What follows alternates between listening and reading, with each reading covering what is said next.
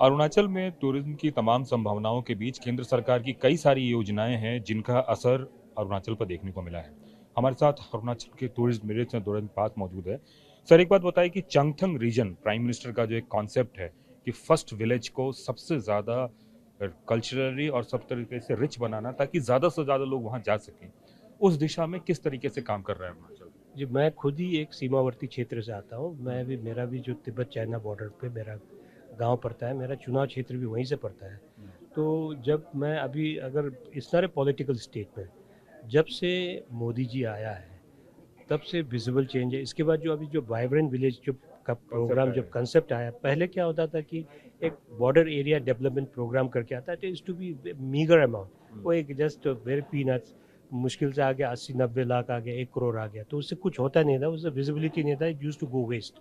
अब जो vibrant village programme के आने के बाद जो फर्स्ट विलेज का कंसेप्ट आया, अभी जैसे भी हम देख रहे हैं कि इवन आई वाज सरप्राइज, जितना भी हम वहाँ से प्रोजेक्ट हम कंसीव करके भेजता है यहाँ से सैंक्शन होके आ रहा है। तो अभी खास करके जो कनेक्टिविटी में, जो रूरल कनेक्टिविटी पे बहुत ध्यान दिया जा रहा है। All those identified villages are being connected by road with all weather road. और जैसे आपका कल्चरल सेंटर्स वगैरह और जितने भी आपका हेल्थ का है, इलेक्ट्रिफिकेशन है, हर सेक्टर पे 360 डिग्री एक उस पर मल्टी प्रोंग्ड अप्रोच में काम चल रहा है। तो ये अब जस्ट शुरू ही हुआ है, this the first phase of the vibrant village programme. उसी में हमको एकदम विजिबल चेंज दिखने को मिल रहा है। And in times to come, and I very very optimistic that कि ये जो हमारा वाइब्रेंट विलेज जो प्रोग्राम है अगर इसी तरह से चला तो जो हमारे जो सीमावर्ती क्षेत्र है that will be more economically and otherwise also more attractive than rest of the part. Sir, आपने बताया कि रिवर्स माइग्रेशन शुरू हुआ है, मतलब जो लोग निकल रहे थे फिर वापस आ रहे हैं। बिल्कुल। इसका क्या डेटा है अगर कुछ है? नहीं, डेटा तो आप हम लोग ऑफिशियल डेटा नहीं है, लेकिन क्योंकि मैं वहाँ से आता हूँ तो मुझे खुद पता चलता है। जैसे हमारे लोग जो जैसे अर्बन एरिया में जाके फॉर वन रोजगार के लिए जाता है या नौकरी के लिए जाता है, एंड मोस्टली जो बाहर जाते हैं जाने का वजह ये है कि ये हेल्थ फैसिलिटीज़ को लेके, बच्चों का एजुकेशन को लेके। तो अभी देखिए हमारे वहाँ पे अभी सेंट्रल एडेड स्कूल्स आ रहे हैं, गवर्नमेंट स्कूल्स आ रहा है। तो इस तरीके से आएंगे तो लोग वापस, क्योंकि बच्चों को अच्छा एजुकेशन देना है इसके लिए वापस आएंगे। आपको अभी हेल्थ जो आपका वहाँ पे जो सेक्टर में इम्प्रूवमेंट होगा, लोग आएंगे, क्यों बाहर जाएंगे। क्या कुछ परसेंटेज है, मोटा मोटा आइडिया कहीं कितने लोग वापस आए होंगे नहीं, फिर? ये वाइब्रेंट विलेज प्रोग्राम अभी शुरू हुआ है, लेकिन अभी ही देखने मिल रहा है कि लोग, हाँ, 5 से 10%, 15% अब तक? तो 10% या 15%, मैं उसके साथ एग्जैक्ट बता नहीं पाऊंगा, but we see that people are like winding up there, जो अपने अर्बन एरिया में जो अपने स्टैब्लिशमेंट को वाइंड अप करके लोग वापस भी जा रहे हैं अभी। और ये तो अभी मेरे ख्याल में शुरुआत है। अगर इस तरीक़ा से जो प्रोग्राम अच्छा से चला तो मेरे ख्याल में आने वाले दिनों में और लोग अपने गाँव वापस जाएंगे। और टूरिज्म सेक्टर में कितना बढ़ा है अगर हम फुटफॉल के हिसाब से देखें तो?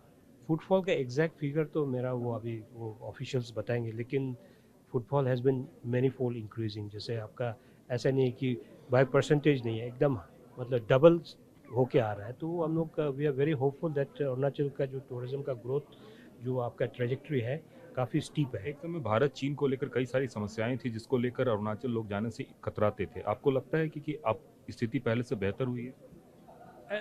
ये तो एक जस्ट मिस गिविंग था। चाइना अपना वो क्लेम करता रहता है, वो इंटरनेशनल उसका अपना वो जियो पॉलिटिक्स का कुछ अपना स्ट्रेटेजी है, लेकिन वहाँ पे कोई ऐसा इशू नहीं है। जैसे आप बॉर्डर एरिया में स्कर्मिश तो होता रहता है, वाई ओनली ये अरुणाचल बॉर्डर पे क्यों, वो हर जगह में कुछ ना कुछ छुटपुट छुटपुट वो तो घटना तो रहता ही है।